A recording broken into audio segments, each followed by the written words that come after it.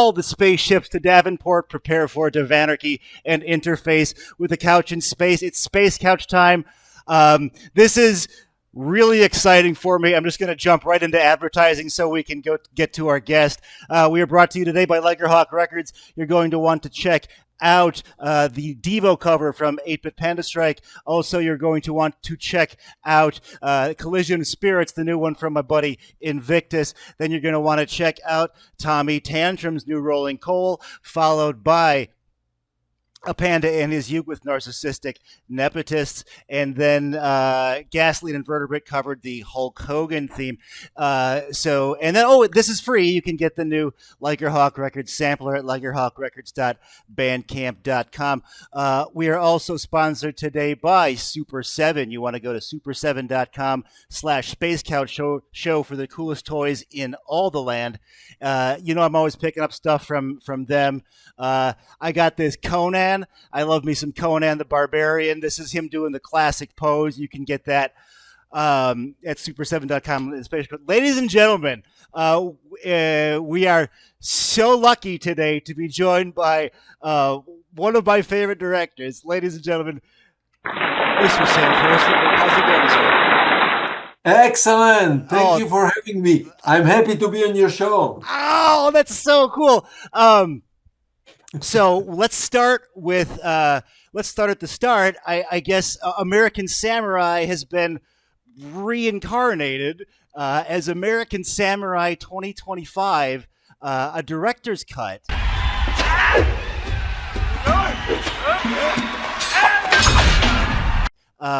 What's it like to be able to release something in its intended form after so long? Well, in this case, it's totally amazing. Let me tell you, I've directed 25 movies. Okay. And I was very lucky.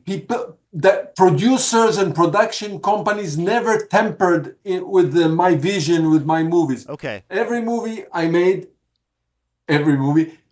except this one, came out exactly the way I envisioned it. Okay. I envisioned it and the way I did the editing. In the case of American Samurai, with David Bradley and Mark Dacascos, I finished directing the movie, and then I was working with an editor as customary, and together with the editor, we shaped the movie, we put the music, everything done, and we sent it back to the company. At the time, the movie American Samurai was filmed in Israel, not in America. Yeah, the story takes place in Turkey, but it was filmed in Israel. And we did the editing in Israel. The production company had a studio in Israel. But then when it was all done, we sent it back to Hollywood. The production company was called Global Film. It was a small company, offshoot of Canon Film, the big Canon Film. And they made only 2 movies. Both of them I directed. Delta Force number 3 and then American Samurai. And when I sent it back, we sent the material back to the company, and I kept working in Israel on another project, another job I got. Mm-hmm. Apparently, I learned out later that the executive of the company did not like the way it was edited, the way the story took place. I don't know. I was not involved. I was far away. And they tampered with the movie. They changed the storyline from its original script. And then they wanted to add some scenes, including scenes with David Bradley and Mark Dacascos, but they didn't have the actors. So they used body doubles too.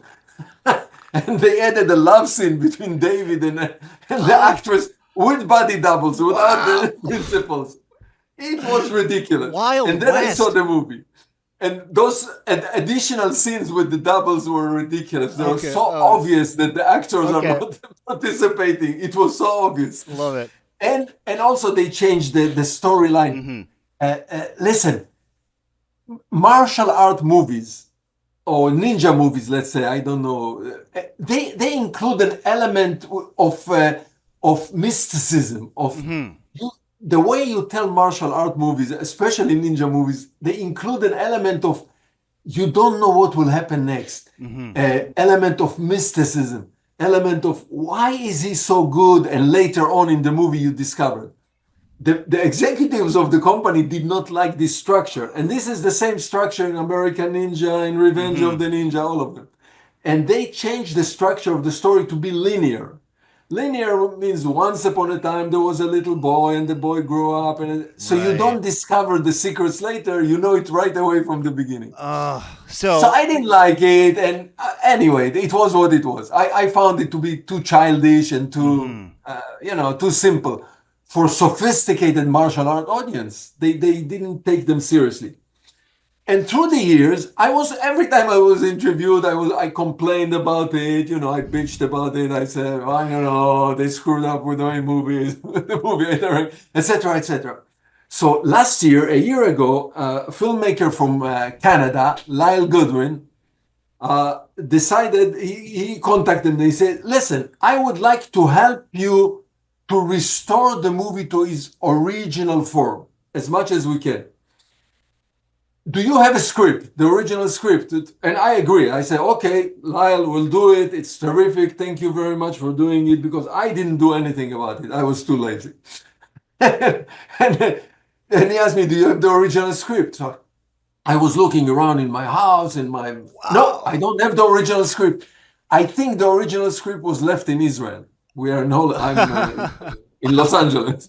Okay, we couldn't find the original script. So I told Lyle, I said, listen, Lyle, I have very good memory. I remember editing very well. I know every place. We can reconstruct the movie relying on my memory alone. So, we started the process. As we went along the process, we discovered not only they changed the storyline. Some people know this movie, and at least 50% of this movie takes place in one arena. It's fights between martial art fights, different fights in one arena. So they also mix up the fight sequences, which created continuity mistakes. At some point, there is one guy who dies in the arena, and later in the movie, you see him alive. I love it. So, okay, we have to reshuffle everything to put it back in, so such mistakes will not occur. Regretfully, we found out that they got rid of two of the fights. There are many fights in this tournament, so they got rid of two fights. We cannot find the material. But anyway, to the best of our ability, we put it together. By the way, in the process, we found out that there was a fan in the Far East, somewhere in Asia, which did the same thing by his own, without contacting me.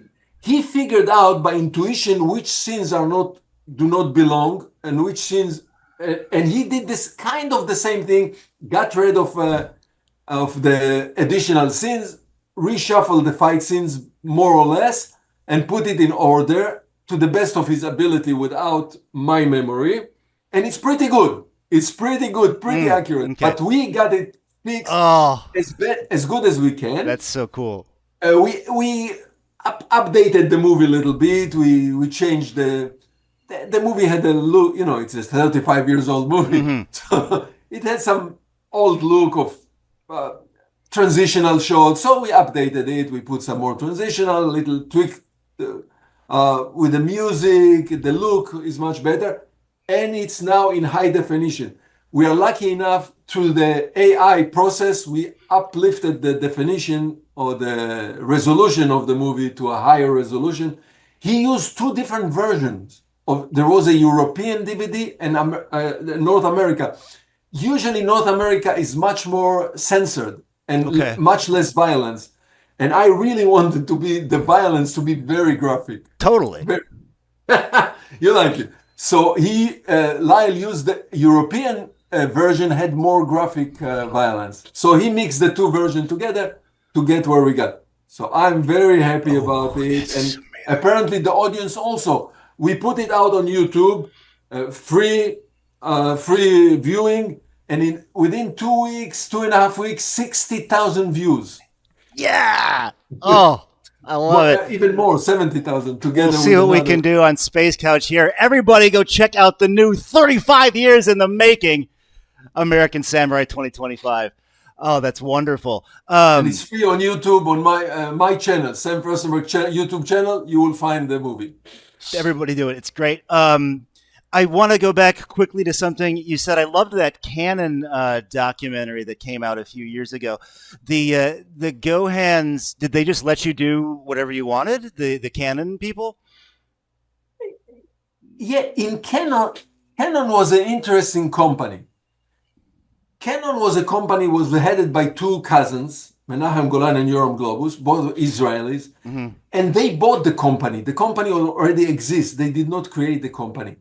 They had other companies before they bought it. They bought the company. It was 1990, but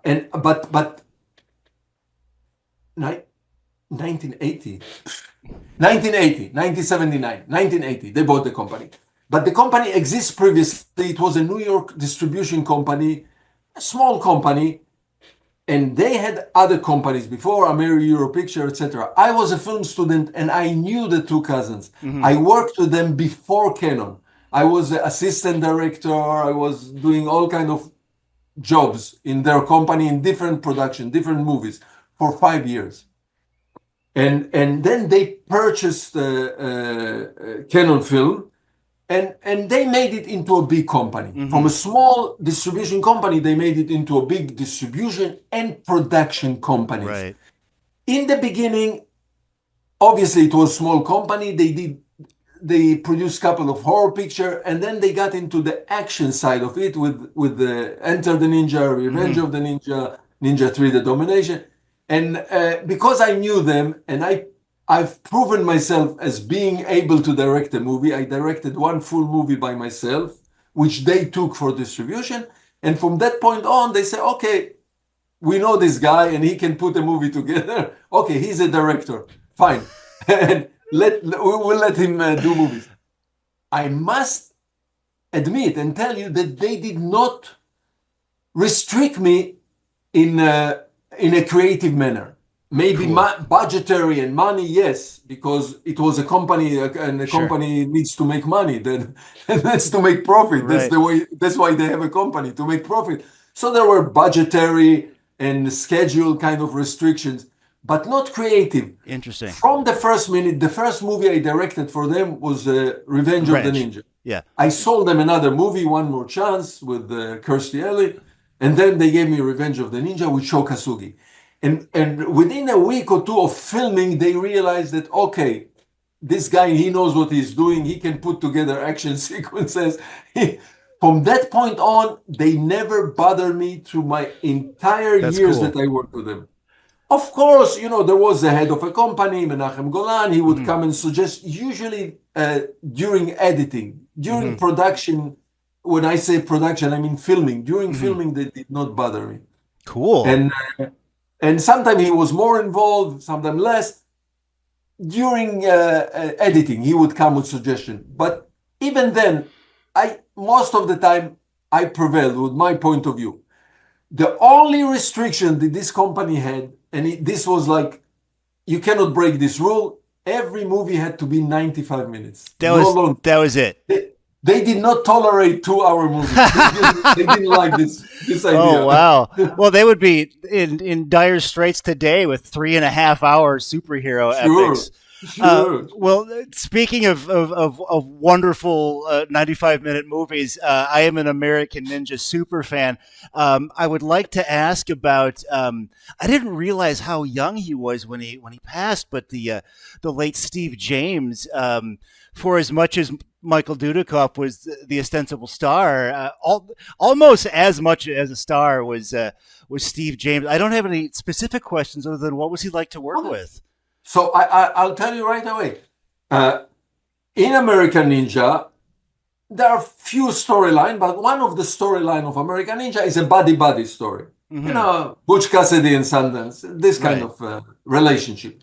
Two young fighters, warriors, whatever they are, they meet accidentally, and during the trial and tribulation that they go through during the drama stages, they become friendly, very friendly, to the point that they become a team, and they would sacrifice anything for each other for the success of the team.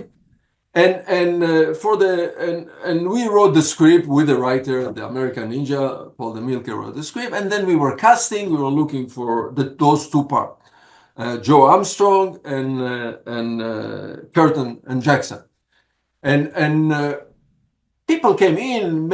It was a big casting session. Eventually, we set up on Michael Dudikoff with his romantic interest Judy Harrison. But Steve James was almost the only candidate. Oh no, we saw a few people, but right away from the minute I met Steve James, it was so clear that he's the right guy for it. He was a martial artist to a certain degree. Great body, like a unreal. Black Hercules. Yes, exactly. And he had the passion. He wanted to be in the movies. He was already in movies before. Michael Dudikoff was in the movies before. And they never met before the filming. Because in low budget we don't have neither time or budget for rehearsals. Right. In low budget, the first time we all meet is in the first day of shooting. Okay, yeah. So they didn't know each other first. Michael and Steve, they started to work. Okay, a couple of scenes, but as we graduated in filming, they became very close friends. So did I. I became very close friend with Steve James. Steve James was a unique character. He came from New York to Hollywood. He burst into the Hollywood scene. He really wanted to be. That's the way I believe. He wanted to be the next Black American hero. He wanted to be Shaft, the next Shaft, and he was on his way. Way. Good body, good for action. He was very good for action. He looks very good in action. Here and there, he did other movies which were not necessarily in action. But so I happened to work with him 4 times, 4 movies: American Ninja, American Ninja number 2, Riverbend, and in between we did the movie Avenging Force, also with Michael. And then I made a completely different movie only with Steve James, which is called Riverbend. I'll talk about it in a second. We became friendly through the year. Steve was not only inspired actor, he was a great collector. He was a great fan of cinema in general, but particularly Black cinema. Okay. He was a great collector of all kind of either famous or obscure Black movies, which were either the cast was Black, right, or the creators, the director. From early time, he had a great collection. I think his collection was like 1,000 movies. I remember in his house, those are the days of the cassettes, of the VHS. He used to have shelves and shelves and shelves, and all the cassettes next to each other. But going back to the silent era, black movies from the silent era, and this was his passion. Movies, of course, martial art movies. Not the collection was Black, but in general, Black cinema. But in general, he was a great fan of action movies, martial art movies, samurai movies, many areas. And here is a story. We'll go from it. Sure. One of the in American Ninja, he's a big hero. No, American Ninja 2. But in the movie Avenging Force, he's a victim in a way. It's a story about white supremacy, racial discrimination, racial hatred, etc. And he's part of the movie. He was running for a mayor, and some white extremist group kills the character at some point in the movie, halfway through, which gives the cause for Michael Dudikoff to be very, they were friends, and here comes the revenge. The last part of the movie is the revenge. This is a standard Hollywood drama. Steve took the part. It was a good part. He's running for mayor. He has some action sequences, great action sequences, fight sequences, great fight sequences. But he hated the fact that he will have to die halfway through the movie. He really didn't like it. He always came to, and the writer was James Booth, was with us on the set because he plays one of the parts in Avenging Force. So Steve kept coming to me and said, "Sam, what can we do that I don't die? I hate the fact that I have to die, the character." That's not, I came to Hollywood. I want to be a hero. I don't want to be a guy who dies in the middle of the movie. I said, "Steve, what can we do? This is the essence of the story." There's no force that can avenge if you don't die. I said, "But the writer is here. Let's rewrite the script." Anyway, of course, we did not. We kept doing. I promised him your character is going to die in a heroic way. Okay. And we did. You know, he's saving his son. He's Right. saving his son from the fire, and they shoot an arrow in his back, and he falls down with the son in his hand. Okay, it was very nice and heroic. But he kept saying, "You owe me." Because I died for you in a movie. You owe me. That's hilarious. I So love it so happened that 5 or 6 years later, a script came up to me. Some investors, producers came to me with a script, interesting script, which became Riverbend. At the time, it was called Night of the Eagle.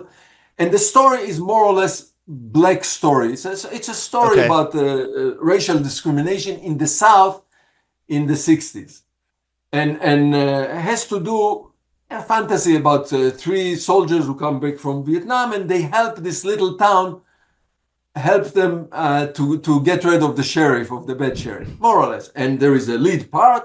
The lead officer of those 3 guys, 3 black soldiers who come from Vietnam. And eventually, somehow I was talking with the producers, and I suggested Steve James. They knew that I know Steve James, and he got the lead part of Riverbend, what became Riverbend. He was very happy. Okay. Very Wow. So you were able to heroic- pay it off 6 years Pay off. later. Very heroic part, very great. He's coming back he's an officer, he comes back from Vietnam. He saves the entire little town in the South and the 60s. He was very happy. Very cool. He was so happy. By the time we finished, he gave me a gift copy of the movie Seven Samurai. Akira Oh wow! Kurosawa. Seven Samurai. Cool. Oh, that's so cool. And this was the payoff. Sadly enough, few years later, we all know Steve James passed away. It was really sad, very young. But a side note, this movie Riverbend was a privately financed movie, small movie, privately financed, not by a studio. And it so happened, they sold it to Paramount, and Paramount came with a home video cassette. Not many copies. They were not, the company Paramount was not enthusiastic about releasing this movie, if I understand so. So they came out with VHS cassettes. The quality was not good, not a good quality VHS cassette. Oh, okay. And it was in the video stores more or less, but slowly the movie disappeared, kind of got lost because it's privately financed movie, and also Paramount lost the right. They had it, let's say, for 10 years or something. That's the custom. They have the right for 10 years, and the company who had the right went bankrupt. So the movie kind of disappeared off the face of the earth, let's say, except those few cassettes. Some people had this VHS cassette. And here comes, there is a website which is called Real Black, REEL Black. Okay. And they are preservers of black cinema. They are dedicated to black cinema. There are a couple of organizations like this, non-profit organization. The guy who runs it is called Michael Dennis. And and then I found out one day, I don't remember how, that he's interested to find out what happened to the movie Riverbend. And we have decided, both of us, what we did, I had 1 copy and he had 1 copy of the cassette. So we digitized it and we uploaded it to YouTube, and nobody protested. Usually, if you uploaded copyrighted material, immediately Right away, yeah. it will be slapped. So no, nobody protested. So we understood that nobody owns the right at the moment, and for a year or 2. And then, but again, as I say, quality was really, I would say bad. Okay, bad quality. Bad quality. Of the VHS, really bad quality. And so was the digitizing bad. You cannot improve, not then. Nowadays, there is AI. You cannot improve the quality. So this guy, Michael, decided to find a print and to scan it, digitize it, transfer it to. And he found one print, a 35 millimeter film print in South Africa. They bought it in South Africa. They bought the print, the organization, they scanned it, and then we found out there are few scenes missing. It was censored in South Africa. I don't exactly understand why. And the quality was not good. There were many scratches and dirt. There is a process to clean it. And we cleaned the movie, we gave it to the process, and we created a so-called 2K digital copy. And with this 2K, we went to two or three film festivals that show the movie, the Denton Black Film Festival. So there is a renewed interest. But the miracle that happened in the last 6 months or 4 months, that after great research, this guy, Michael Dennis, he found the original negative here in Los Angeles, somewhere in a warehouse in Los Angeles. And those things happened. This movie became so-called lonely movie or orphan movie. Nobody claims anything about this movie. There was, MGM was a custodian of the print, but they didn't have the rights anymore. So MGM had the print, and through some legal maneuvers, we found one of the original producers. Through some legal maneuvers, they transferred the right to this company, Real Black, to this non-profit organization, Real Black. And last week, we finally, after a lot of, I cannot describe to you how much legal work. Just last week. And research, right? A week ago.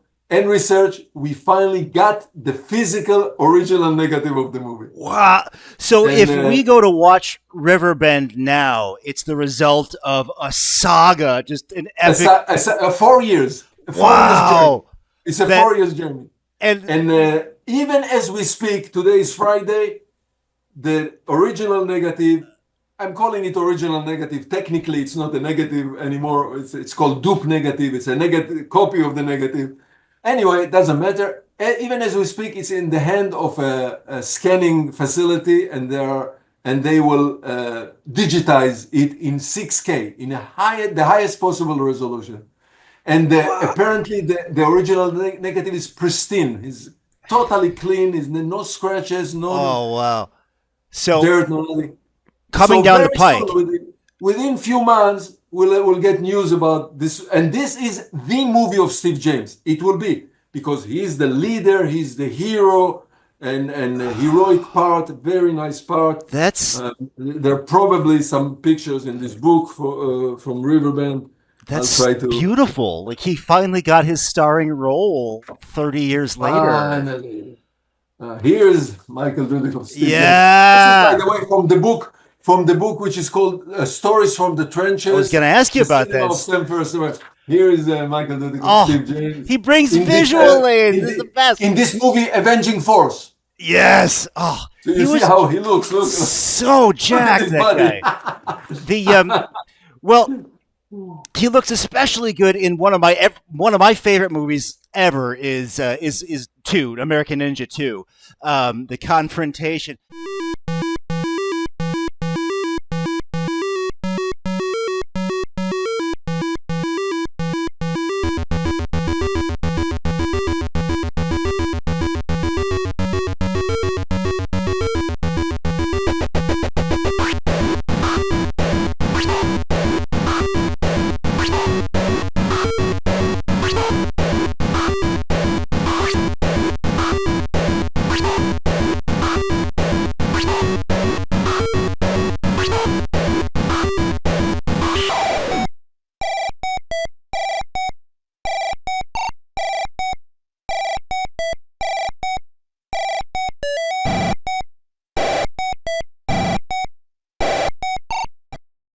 I have to ask, where was the bad guy, like, headquarters film? Because it looks like it's in a high school or something. Do you remember? You're talking about American Ninja number 2? Yeah, where they're in the tropical island and stuff. Yeah, where all the bodies of the... Yeah. Okay, this movie was filmed in South Africa, in Johannesburg. Part of the movie in Cape Town. The exteriors of the movie are in Cape Town, South Africa. Simontown, Cape Town. The interiors were shot in Johannesburg. Okay. So the exterior of this island of the evil guy of the lion is some location in the south in Cape Town, which had this building and Right. with the fences surrounded it. But the interior is another location. It's Okay. actually most of it. Some of it is within this building. It's fragmented. Some of it is in the building where Steve James is fighting in the corridor and, Right. and Michael Dudikoff is running with the lady. This is in the same building that we see the exterior. But let's say the big lab where you see all Yeah. the cyborg ninjas. Yes. This was already warehouse in Johannesburg like a studio. Okay, cool. The same thing goes for the bar fight. The exterior of the bar, where Michael and Steve are all coming in to the bar, the beggar bar, I think. This is in Cape Town exterior, but the interior of the bar is a studio. It's a set built in a stage, Okay. a warehouse in Johannesburg. Oh, that's. Thank you so much for that. So it's a mixture of two locations together. Very cool. Oh, that's you're making me. But excuse me, but I know what you're referring to, but the final will they all come to the arena? This is a horse racing auction arena. Oh. That's where people sell and buy horses, race horses. It's Yes. It's in Johannesburg, outside Johannesburg. Very cool. Oh, that's so great. And somebody recently sent me a picture from this place not long ago. How this looks today. It is still the same. Oh, okay, great. Oh, that's a place so where cool. the horse for sale comes. Oh, totally. From the center, Right. And the buyers sit around and they bid on the horse. Oh, well, it made for a great evil ninja tournament space. Absolutely. I want to get to this before we're gonna and somewhat appropriately tone shift because you did a little movie called Breakin' 2 Electric Boogaloo. Not only a tone shift from the first Break-In, but I would imagine, correct me if I'm wrong, something of a difference between doing ninja movies. You're now doing large scale dance movies. I would imagine there's some similarity between choreographing a fight and choreographing a hospital dance scene or something like that. Is that accurate? Yeah. Okay. Here's what first of all, I was always a great fan of Hollywood musicals, always from my childhood, and I love music anyway. And I was approached by the company, same company, Canon Film Company, after we did Ninja 3D Domination. You know, Ninja 3D Domination was filmed before the first Break-In. Oh, really? And okay. For Ninja 3D Domination, we found Lucinda Dickey to play the ninja obsessed lady. The company wanted to do a movie Breaking, and they saw Lucinda in Ninja 3D Domination. They borrowed her. They took her to be the star of Breaking. And they wanted the Breaking out in the theater so badly that it came out before. Oh, really? Despite the fact that the filming was done the reverse, it came out on theater before Ninja 3D Domination. And can we stop half a second? Yeah, take your time. One second. Somebody at my door. Yeah.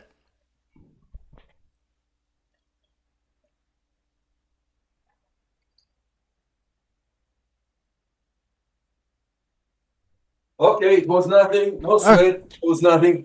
All right. So we're coming back. So I will repeat. So Ninja 3D, the Domination was filmed before Break-In, but Break-In came out before Ninja 3D Domination, and she became big name together with Shabba-Doo and Shrimp. And okay, now this was a huge success. The movie Break-In for Canon Film, big. This was the biggest success for them ever, and they wanted a sequel immediately, right away. And they approached me. I don't know if the original director was busy, they didn't get along with him, I have no idea. So they approached me, can you do a dance movie Breaking? I was happy. I said, of course I will do. And then now I have to think a little bit about it. And then I realized that actually actually, what you have said is correct. There is not much of a difference between dance movie and fight movie. I'm not talking about action, pure action like James Sure. Bond, but fight movies, because the fight and the dance, both of them have to be choreographed. I am not choreographing fight. I'm not choreographing dances. This is not my area. Uh-huh. So there is a fight choreographer. Either it is, for me, from my experience, either it was Shokasugi or it was Mike Stone. They choreograph the fights. Mm-hmm. And then they present it to me. Once they're ready, maybe we talk about what will happen in the fight. And then they go and choreograph it and rehearse it. And then they show it to the director, to me.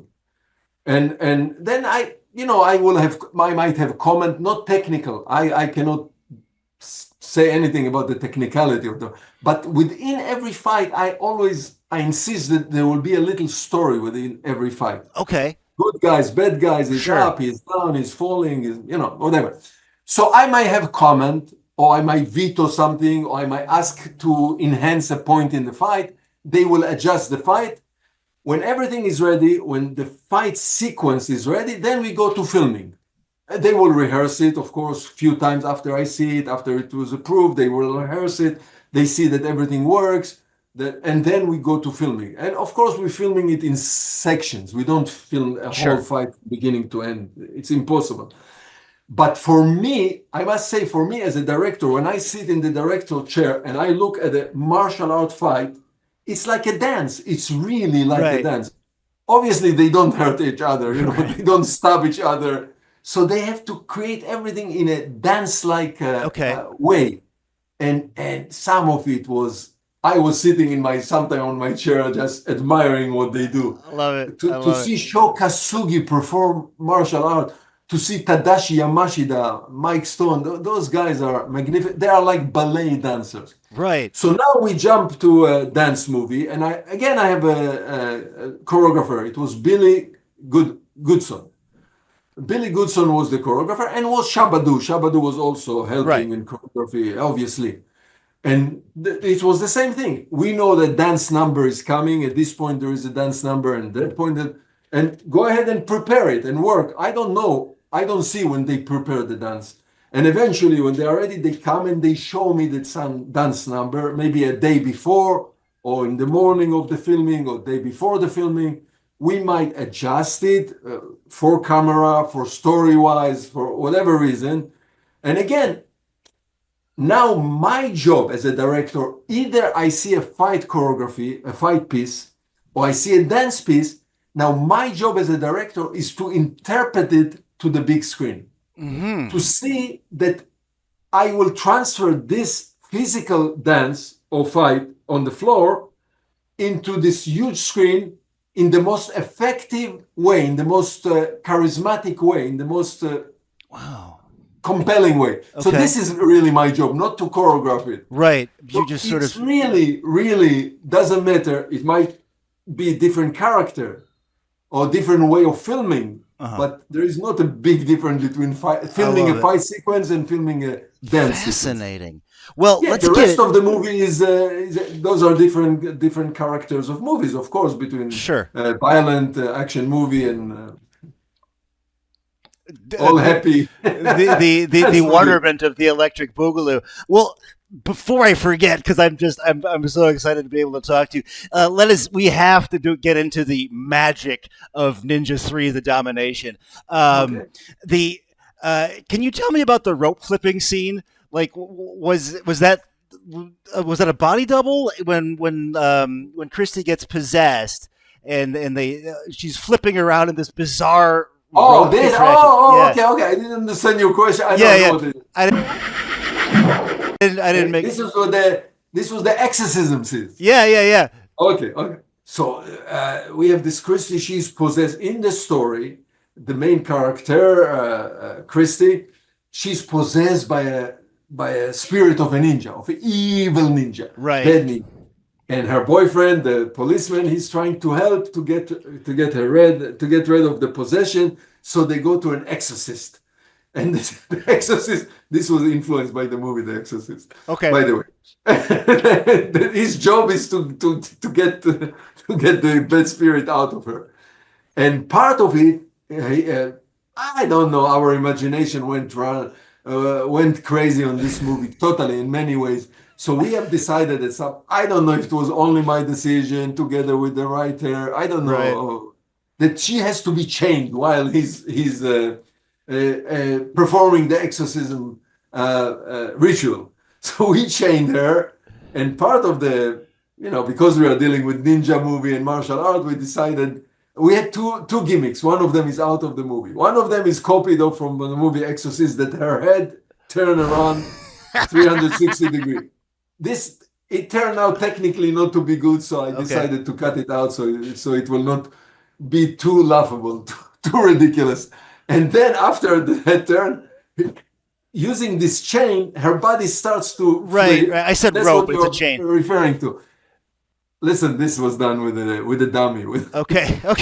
The beginning, it starts with Lucinda, little bit. Then there is a stunt woman that will do maybe one flip. And then when it goes very fast, we use a dummy, of course, because human being will not. We don't want to hurt. Because we go fast, nobody will realize. They realized it was not the greatest stunt, the greatest effect of all time. And then when it slows down, we go back to the stunt woman, and for the stopping, again, we change Lucinda, and she does the final.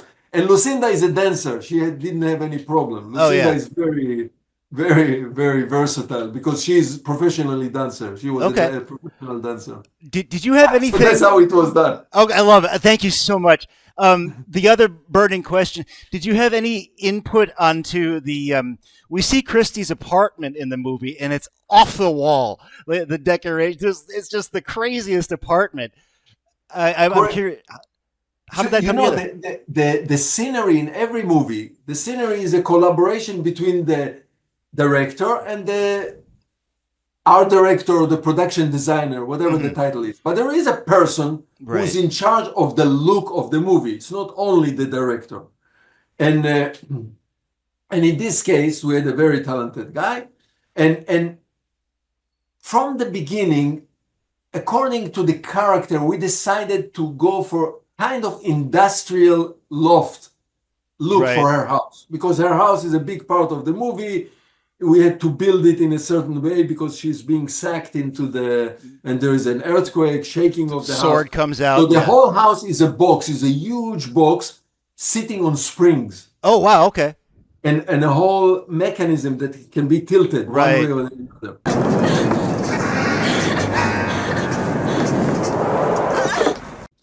And the art director came to me and said, let's go for this industrial look, but also modern, what was considered then modern. The movie last year, the movie was 40 years old. Yeah. We just had a screening of the movie last year, anniversary screening in New Beverly Cinema. This is the cinema that belongs to Quentin Tarantino. Oh, cool. By the way, you're not the only fan of this movie. Quentin Tarantino owns a 35mm print of this movie. Yeah, oh, it's great. Everybody loves Ninja 3. It's part of his collection. Oh, that's so cool. So he's a big fan of this movie. I know. I love it.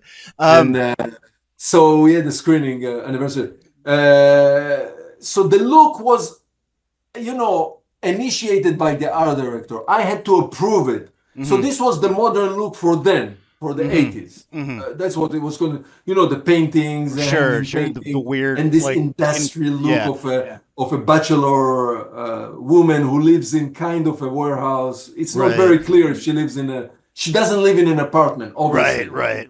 In an improvised warehouse where the kitchen and everything is together. The main important thing for the story was the gaming machine. Right. And the closet that will suck her in later. This was the two important features of this set. But he built a very interesting set, and many people are talking about the design of her apartment. There is a chat in the internet.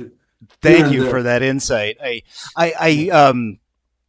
want to get to this, before we run out of time.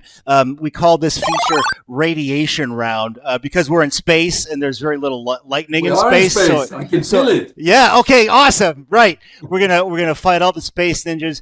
So essentially, no wrong answers. Say whatever you You want. can see through my window. We are not far from the sun. It's all bright and shiny. Sam Firstenberg. Okay. Classic directors: David Lean, Alfred Hitchcock, or Akira Kurosawa. Okay, so you hit three of my most influential directors, Okay. directors who influenced my work. I think where I grew up, including John Ford as well. But I would say Akira Kurosawa is the most important to me. When I saw the first Japanese movie in my life, it was the movie Yojimbo, Akira Okay. Kurosawa directed, a samurai movie. Wow, it hits me right here. Wow. I've never seen anything like this. Okay. Then I saw all of Akira Kurosawa's movies, and the style, everything about it really resonant with me. And I think that influenced the movies that I made, the martial art movie, the ninja movies, which are martial art about ninjas. His movies about samurais. The movies I made are about ninjas, which are the opposite of samurai. Right. Right. But I tried to emulate here and there one or two. In the movie Revenge of the Ninja, which is the first movie that I directed, the final fight is on a roof, on top of a roof, and Shokasugi and the good ninja and the bad ninja are fighting it out on top of the roof, and the final act of the fight is Shokasugi is the good guy. He stabs a sword in the heart of the bad guy. And then when he pulled out the sword, a jet of blood is coming out, Right. covering his face. This is actually a copy from Akira Kurosawa movie, which is called Sanjarno. Two samurais, bad samurai, good samurai, and the same thing.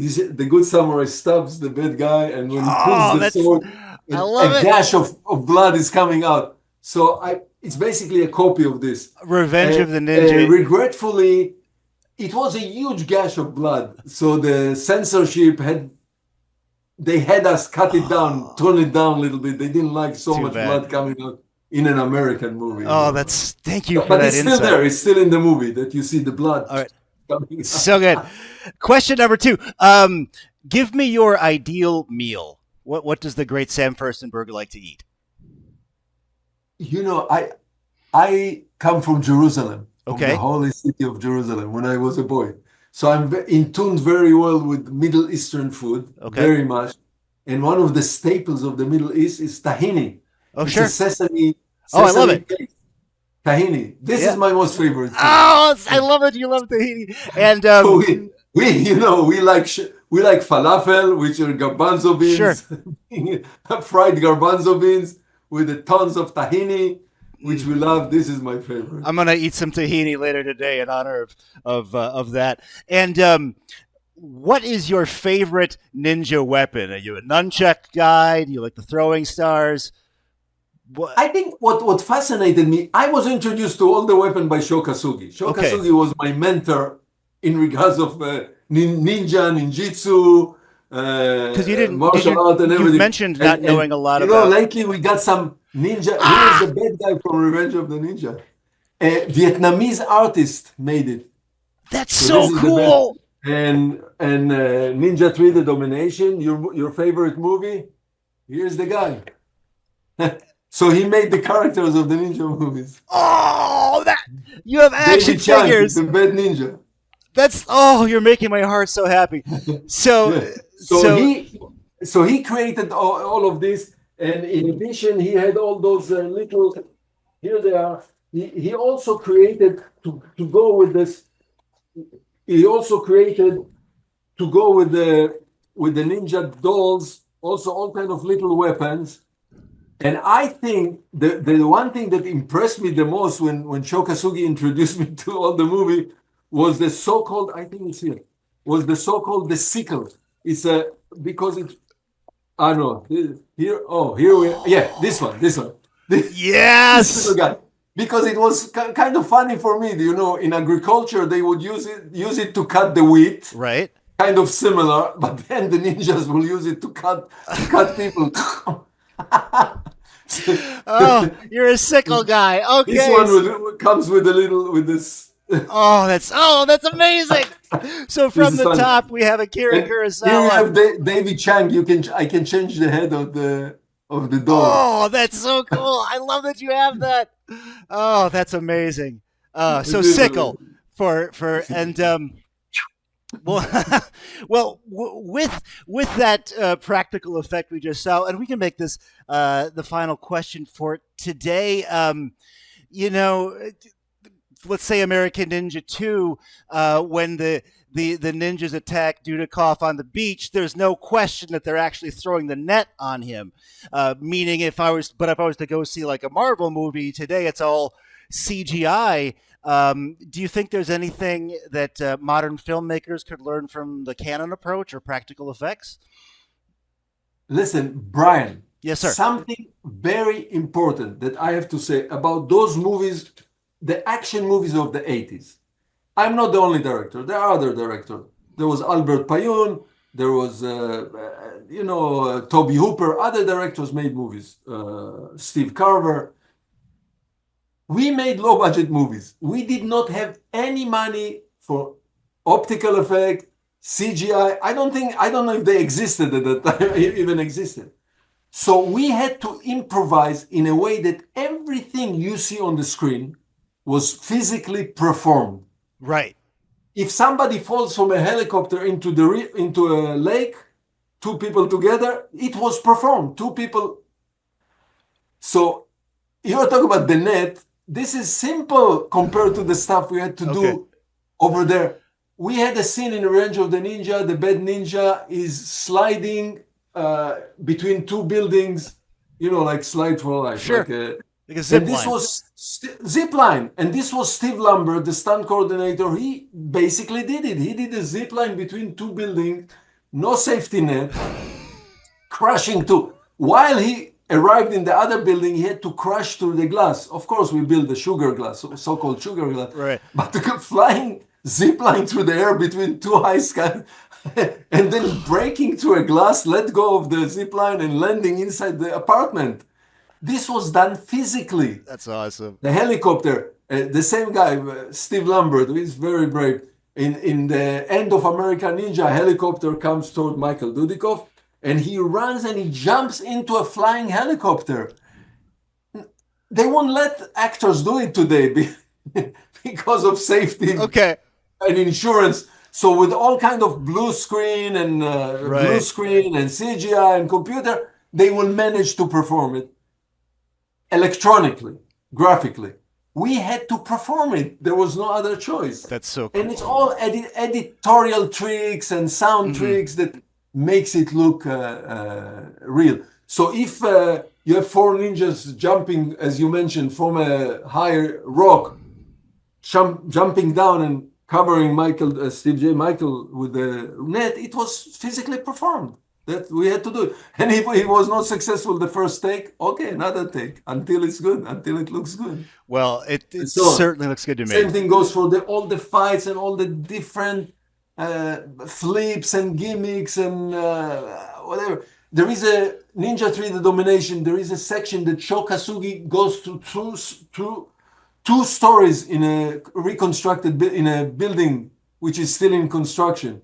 He meets Lucinda Dickey in this abandoned building, and at some point he goes through two stories through the floor. Right. So we build, we build hall with a soft material, and some stuntmen really jumped and went through two stories. That's so cool. From the third story to the first story. Oh, I love it. Breaking through this soft material. That's amazing. Oh, that's how we did it. Just put people on fire. Just gangsters. You have to do it. Ninja 3 The Domination. In American Ninja number 2, you have somebody on fire. He was physically, a stuntman was physically on fire. Very cool.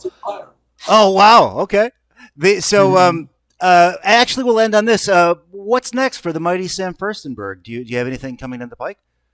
No, mighty Sam Firstenberg is retired. Okay. And I dedicate my time to preserve the legacy of the movies that I directed. I directed 25 movies. So you see, as we spoke about it, I'm active. I was active. I'm active with American Samurai. I'm active with Riverbend. I And do a lot of podcasts like yours. There are screenings. We just had a screening of, as I mentioned, of Breaking Two Electric Boogaloo and Ninja 3D Domination. And last month, American Cinematheque had a 40 years screening of Breaking Two Electric Boogaloo very cool. in the American Cinematic Theater in Los Angeles. Well, everybody out there on Earth, you got to go check out now, American Samurai 2025. It's coming out shortly. The 4-year culmination of an epic journey to bring you Riverbend will be out, and you want to go to your local bookstore to get, of course, Stories from the Trenches, the official, or Amazon. You don't Or have to Amazon. go to a bookstore. in this modern age. Mr. Furstenberg, thank you so much for coming to space. It's been, I know, it costs zillions of dollars to beam the signal from Los Angeles there up into the asteroid belt here, but we will welcome you. You're welcome to come back to space anytime. We'll eat tahini. It'll be great. So this is Brian for space, for Sam Furstenberg, for Sam Furstenberg saying, call the space to Denport. Prefer to get it. Goodbye. Goodbye, and thank you for having me. Oh, that was, and I will stop it.